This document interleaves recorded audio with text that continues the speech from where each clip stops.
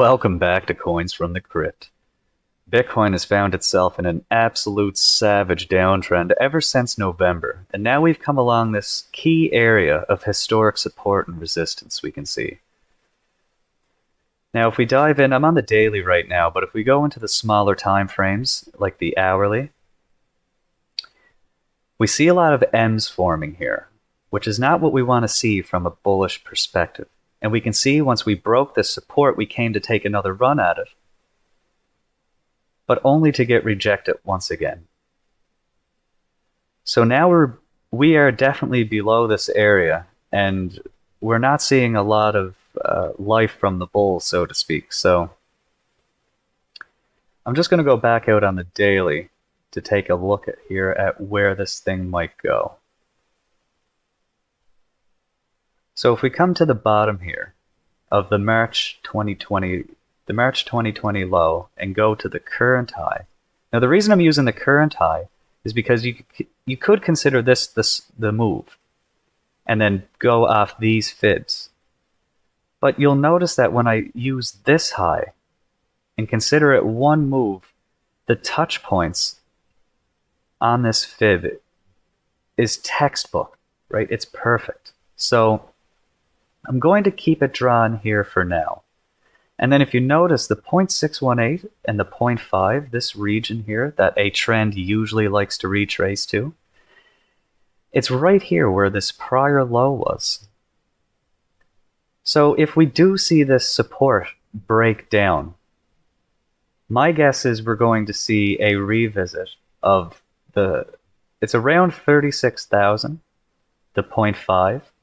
And if we do not see a bullish response from here, and this fails to hold, the 0.618 is where we want to be looking and setting our eyes.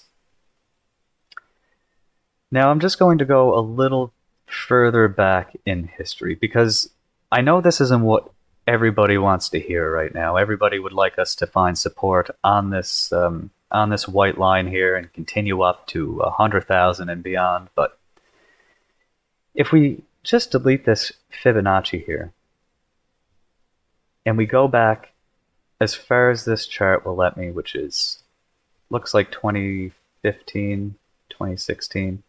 So if we go from this bottom to the high here at 20,000 around, and there could be more data that I'm missing, it's just not on this chart.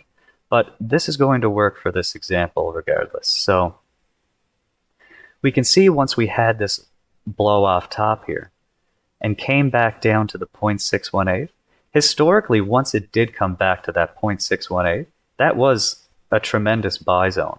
Nobody's going to knock a $7,000 Bitcoin buy. But it was once we started to break this 0.618 that most people started to lose hope. And then all the articles started coming out, Bitcoin is dead, you were a fool to ever think this would work. It was when this 0.618 broke that the best buying opportunity presented itself. And we could see once we did come down, we spent a little bit of time playing around in this area. So if we move on to the next one, we can go from the low, and we'll take that to the high. We can see again, once we came down, we spent a bit of time here chopping around in this area between the 0.618 and the 0.5. We might have went a little bit higher back up to the 0.3, but nonetheless, we stayed in this area for a little bit. And we got that capitulatory event, and that brought us down towards that 0.7, broke the 0.7, right again into the area that always presented the best buying opportunity. And if we move over to present day and we come from the bottom in that 2020 dump and go to the top here,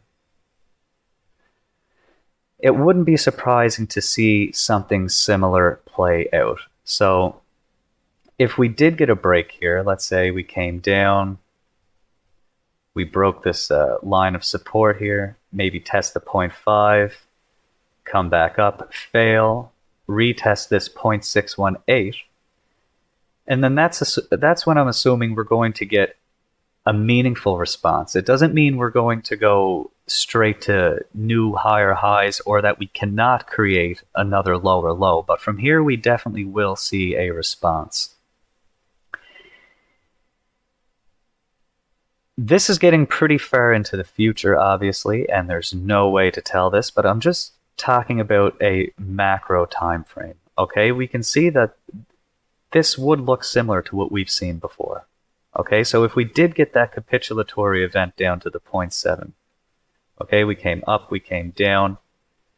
This is, again, where we would be hearing Bitcoin is dead, it was foolish, it was never going to work. But it's in this area, again, that it will present the best buying opportunity. And the reason I'm going over this is because people generally just want to play a market as a bull. Okay, and if you're a trader, you're missing out if you're just playing the market as a bull. But even if you're not a trader, okay, because traders can make money to the downside, but an investor gets his best entries when there's a lot of fear in the market, when the price is crashing. Okay, this was the best entry for an investor or a speculator, and the same here. And it was when that 0.618 broke. So it's not all bad news when the price of Bitcoin is going down, because it's just setting you up for a better opportunity.